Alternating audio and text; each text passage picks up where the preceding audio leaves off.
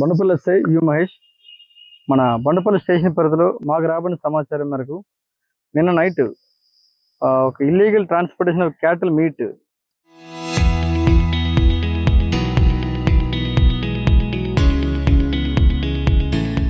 మన మానాపురం నుంచి విశాఖపట్నం వెళ్తుందని తెలిసి సుమారు ఒక 300 కేజీల పశు మాంసాన్ని మనం సీజ్ చేయడం జరిగింది.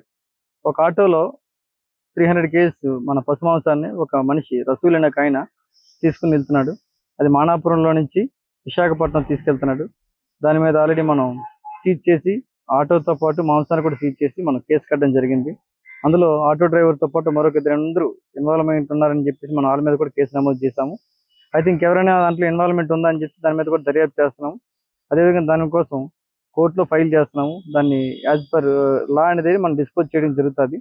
అదేవిధంగా మన జిల్లా ఎస్పీ గారు దామోదర్ సార్ తాలూకా ఆదేశాల మేరకు మన అన్ని పోలీస్ స్టేషన్ పరిధిలో కూడాను ఎక్కడ కూడా ఇల్లీగల్ ట్రాన్స్పోర్టేషన్ క్యాటిల్ పశువుల అక్రమ రవాణా జరగకుండా ఎస్పీ సార్ ఆదేశాల మేరకు అన్ని దగ్గర కూడా చెక్ పోస్ట్ పెట్టడం జరిగింది.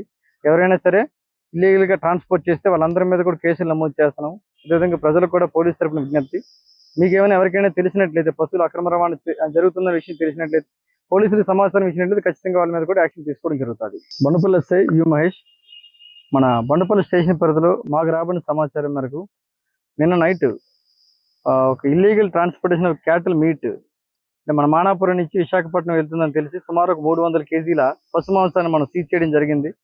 ఒక ఆటోలో 300 కేజీస్ మన పశు మాంసాన్ని ఒక మనిషి రసూల్ అనే ఆయన తీసుకుని వెళ్తున్నాడు. అది మానాపురంలో నుంచి విశాఖపట్నం తీసుకెళ్తున్నాడు. దాని మీద ఆల్రెడీ మనం సీజ్ చేసి ఆటోతో పాటు మాంసాన్ని కూడా సీజ్ చేసి మనం కేసు కట్టడం జరిగింది. అందులో ఆటో డ్రైవర్తో పాటు మరొక ఇద్దరు ఇన్వాల్వ్మెంట్ ఉన్నారని చెప్పేసి మనం వాళ్ళ మీద కూడా కేసు నమోదు చేశాము. అయితే ఇంకెవరైనా దాంట్లో ఇన్వాల్వ్మెంట్ ఉందా అని చెప్పి దాని మీద కూడా దర్యాప్తు చేస్తున్నాము. అదేవిధంగా దానికోసం కోర్టులో ఫైల్ చేస్తున్నాము. దాన్ని యాజ్ పర్ లా అనేది మనం డిస్పోజ్ చేయడం జరుగుతుంది.